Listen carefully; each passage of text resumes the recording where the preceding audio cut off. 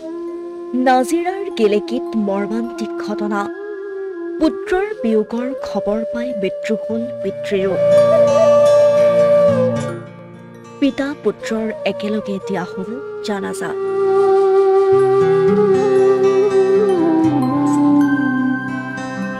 তাৰ মৃত্যু কেতিয়া আহে কোনেও নাজানে নাজিৰাৰ গেলেকীত পুত্ৰৰ বিয়োগৰ উমান পাই শিশুক সহিব নোৱাৰি পিতৃয়েও মৃত্যুক সাৱটি লোৱা মৰ্মান্তিক ঘটনাই অঞ্চলজুৰি শোকৰ ছাঁ পেলাইছে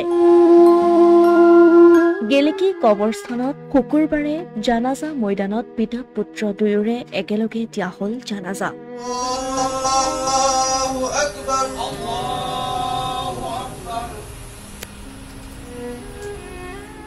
নাজিৰাৰ গেলেকীৰ বাসিন্দা মিনাৰুল হুছেইন ব্যৱসায়িক সূত্ৰে বাস কৰিছিল মাৰ্ঘেৰিটাত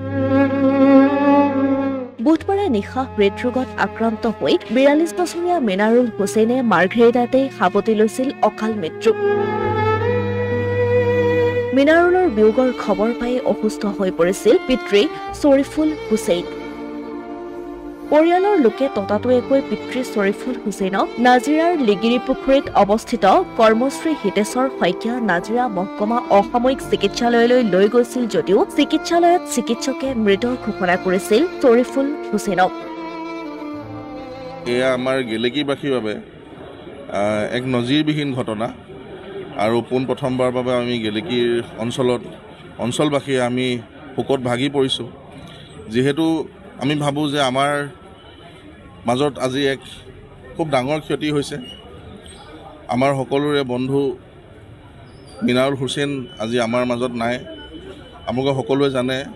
যে তেখেতে উচ্চ ৰক্তচাপজনিত কাৰণত তেখেতে যোৱা পৰহি দিনাখন ৰাতি প্ৰায় 10:30 বজাত তেখেতে শেষ নিশ্বাস ত্যাগ কৰে মাৰ্ঘেৰিটাত তেখেতে কৰ্মসূত্ৰে মাৰ্ঘেৰিটাত কয়লাৰ ব্যৱসায় কৰি আছিল আৰু তাৰ পিছতে আৰু এটি মৰ্মান্তিক ঘটনা ঘটিল যে তেখেতৰ মৃত্যুৰ বাতৰি পোৱাৰ পাছতেই তেখেতৰ পিতৃ শ্বৰিফুল হুছেইন ডাঙৰীয়াও ৰাতি প্ৰায় 2 বজাত তেখেতেও মৃত্যুবৰণ কৰে এয়া সঁচাকৈ এক খুব শোক লগা বিষয় আৰু আমি সকলোৱে শোকত ভাগি পৰিছোঁ আৰু আমি ভাবোঁ যে গেলেকীবাসীৰ কাৰণে এয়া এক খুব অপূৰণীয় ক্ষতি যিহেতু মিনাৰুল হুছেইন যি আজি আমাৰ মাজৰ পৰা আঁতৰি গৈছে তেখেত এজন খুব আগৰণুৱা যুৱক আছিল গেলেকীৰ যিকোনো সমাজ জীৱনৰ লগত জড়িত যিকোনো কাৰ্যক্ষেত্ৰত তেখেতে সদায় আগভাগ লৈছিল আৰু খুব হাঁহিমুখীয়া ল'ৰা আছিল আৰু সকলোৰে লগতে এক বন্ধুত্ব বজাই ৰখা সকলোৰে লগতে মিলা প্ৰীতিৰ মাজে চলা এজন যুৱক আছিল তো গতিকে আমাৰ কাৰণে এয়া খুব ডাঙৰ ক্ষতি তো আমি আশা কৰিছোঁ যাতে আজি তেখেতৰ এয়া শেষকৃত্য জানাজা সম্পাদন হৈ গৈছে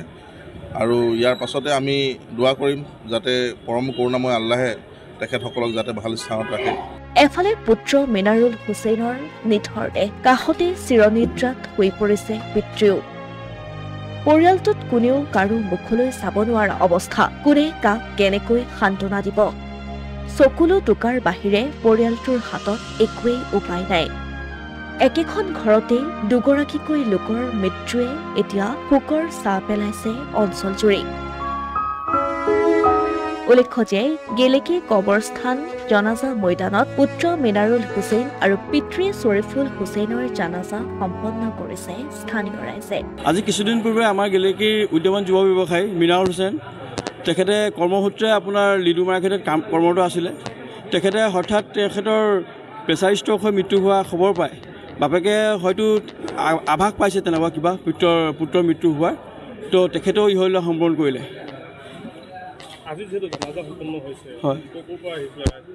আজি আপোনাৰ আমাৰ অঞ্চলৰ আপোনাৰ শিৱসাগৰ কেন্দুগুৰি শিমলুগুৰি এনেকৈ কৈ নামটি চাৰিআলি এনেকৈ ইত্যাদি কৰি এক বৃহৎ বহুত মানুহ আপোনাৰ জনসমাগম হোৱা আপোনালোকে দেখিবলৈ পাইছে যিহেতু মিনাৰুল হুছেইন এজন সমাজপ্ৰিয় ব্যক্তি আছিলে তেখেতৰ মুখত সদায় আপুনি এটা হাঁহিমুখীয়া ল'ৰা আছিলে যিহেতু আজি মিনাৰুল আমাৰ মাজৰ পৰা গুচি গ'ল হ'লেও মিনাৰুলৰ যিটো ক্ষতি আমাৰ মাজত যোৱাৰ কাৰণে হয়তো কোনোদিন আৰু পূৰণ নহ'ব সৰুৰ পৰা লৈ ডাঙৰলৈকে খুব হাঁহি ধেমালিয়ে জীৱন পাৰ কৰা এটা ল'ৰা আছিলে খুব অমায়িক স্বভাৱৰ এটা ল'ৰা আছিল অসমীয়া প্ৰতিদিন ডিজিটেল সংবাদ নাজিৰা